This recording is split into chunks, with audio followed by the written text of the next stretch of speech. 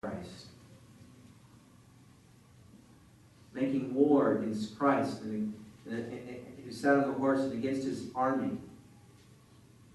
And we must remember how this is all coming about. We learned earlier in Revelation, back in chapter 16, that demons will flow out of the mouth of the false prophet, the beast, and the dragon. False prophet is the one who promotes the beast, the Antichrist, and the dragon, Satan. And these demonic spirits will gather together, the kings, to the valley of Megiddo, located in northern Israel, and they will fight against Christ.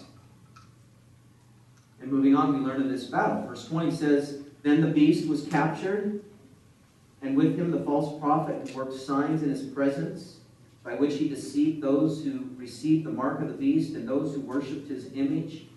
These two were cast alive into the lake of fire and burning brimstone."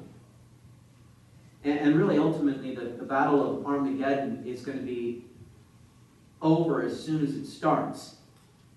Jesus will just speak the word, and those who oppose him will be absolutely destroyed. In an instant, the beast, the false prophet, will be captured, and they'll be cast into the lake of fire. This is the final hell.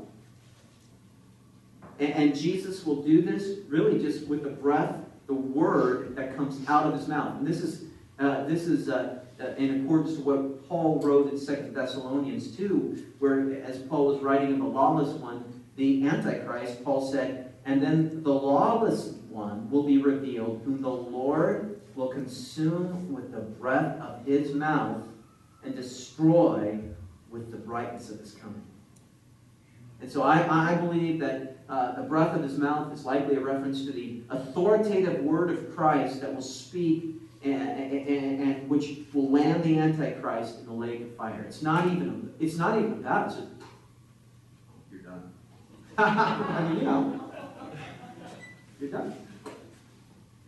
That's the power of the Lord. When it comes to the Antichrist, we learned in chapter 13 that people will say of him, "Oh, who is like the beast? Who is able to make war with him?" Well, Jesus is. And the Antichrist will be quickly destroyed. In verse 21, "The rest were killed with a sword which proceeded from the mouth of him who sat on the horse. All the birds were filled with their flesh." So just again, the authoritative word of God. And these are destroyed. And so just in conclusion to this,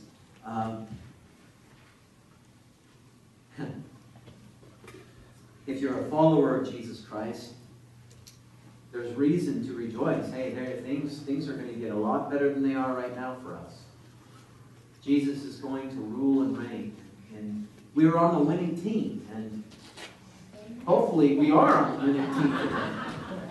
You know, I did have a dream that I recorded the Super Bowl, and I was spoiled because I saw that the Seahawks actually won at the end before I even watched the game. And you know what? That happened. I don't care.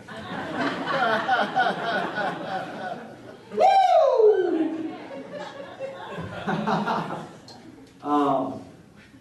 I'm a mess, aren't I? Well, we'll see. You know, if they lose, your pastor can be a bit depressed. But you know what? That's okay. I still have Jesus. Yep. But we're on the winning team. It's a sure victory when it comes to knowing the Lord. And we're going to be participants as we just ride back, as we see Jesus coming back in all of his glory. And what a wonderful day that will be. And this chapter speaks to me of how, you just can't fight God and win. And it really is a foolish endeavor to fight God and his plan for our lives. I did that, and maybe you did that too for a season. I know that I did before I came to full surrender. I thought I knew better. Thought that fulfillment was somehow, satisfaction and fulfillment and true joy and peace were had in engaging in sinful conduct and this world. But I was thirsty, very, very thirsty. Every pleasure just makes you thirsty for more.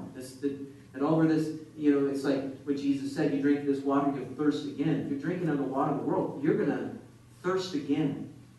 But it's only through a right relationship with God that you're fulfilled and satisfied in this life. Even if the Seahawks win. Even if they win, it's not as sweet as knowing Jesus. That's true.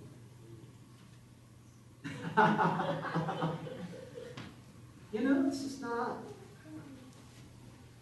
Jesus is better than the Super Bowl. Jesus is better than anything. Jesus is